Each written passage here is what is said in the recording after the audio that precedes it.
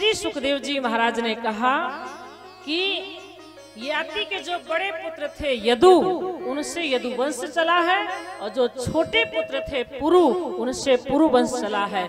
यदुवंश में भगवान श्री कृष्ण का जन्म हुआ है और पुरुवंश में युधिष्ठिर इत्यादि जो पांचों पांडव हैं उनका जन्म हुआ है, क्योंकि आगे और भी राजा हैं। तो यदुवंश का जन्म कैसे, तो देखिए सूर्यवंश से ही चंद्रवंश का प्रकट होता है। इक्ष्वाकु वंश में ही याति है, याति से ही पुरु हुए, उन्हीं से यदु हुए, और यदु से जो है यदुवंश चला, जिसमें बहुत राजा हुए हैं, एक से बढ़कर एक राजा हुए हैं।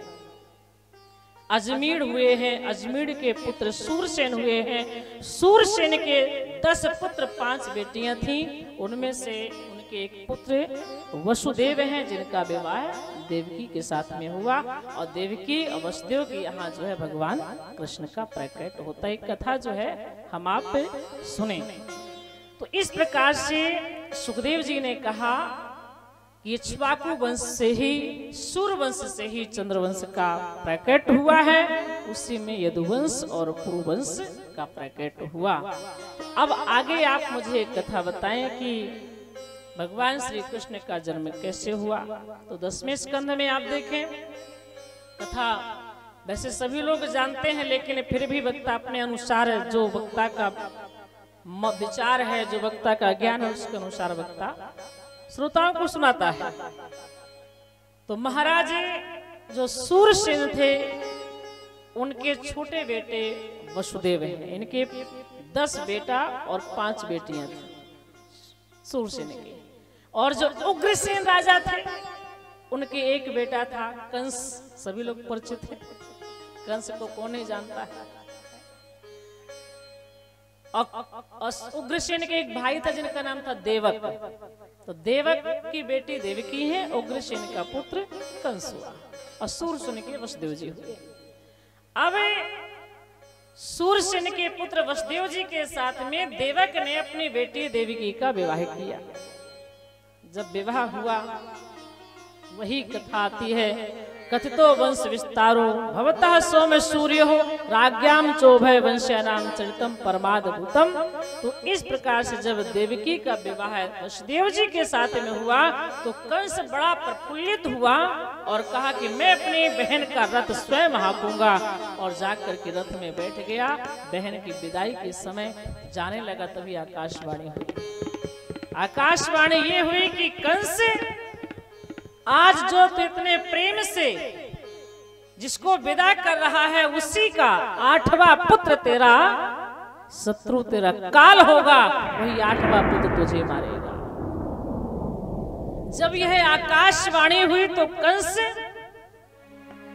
तो वैसे ही उसके अंदर विचारधाराएं जो है थोड़ा गलत थी, वह क्रोधित हो गया, तुरंत रथ से निकला, तलवार निकाल लिया, देवकी का हाथ पकड़ा और तुरंत मैं देवकी को अभी मार दूंगा, मारने को खड़ा हो गया।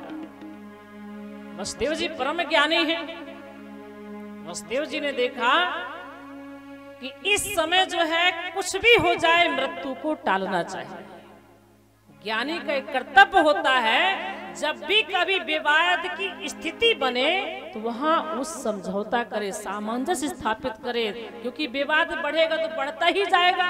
तो जो बुद्धिमान लोग होते हैं, जो ज्ञानी होते हैं, जो अच्छी विचारधारा के होते हैं, साधु स्वभाव के होते हैं, वो समझाते हैं, विवाद को बढ़ाते नहीं, उसको वहीं कर खत्म कर देते हैं। तो वसुदेव जी ने देखा ये तो मारने के लिए खड़ा है, मार ही देगा, तो उन्होंने समझाया, देखिए मारने से समस्या का समाधान नहीं हो सकता है।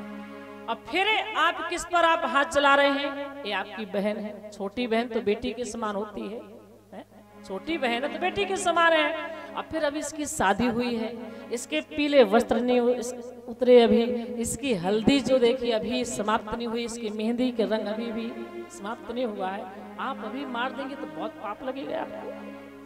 अबला पर वैसे वीरों को हाथ नहीं चलाना चाहिए, आप तो वीर हैं, वीरों में शिरोमणि हैं, इत्यादि जो है वसुदेव जी ने समझाया।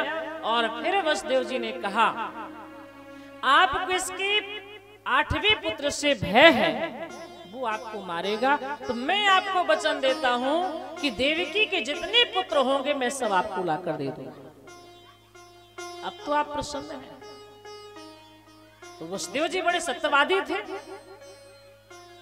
कंस ने देखा कि वसुदेव सत्यवादी है, ये अपने बात से कभी नहीं मुकरेंगे, तो कंस ने वसुदेव जी के उस बात को मान लिया कि जितने पुत्र होंगे देवकी के मैं आपको दे दूंगा, चाहे आप जो भी करें, मुझे इससे कोई लेना देना नहीं है।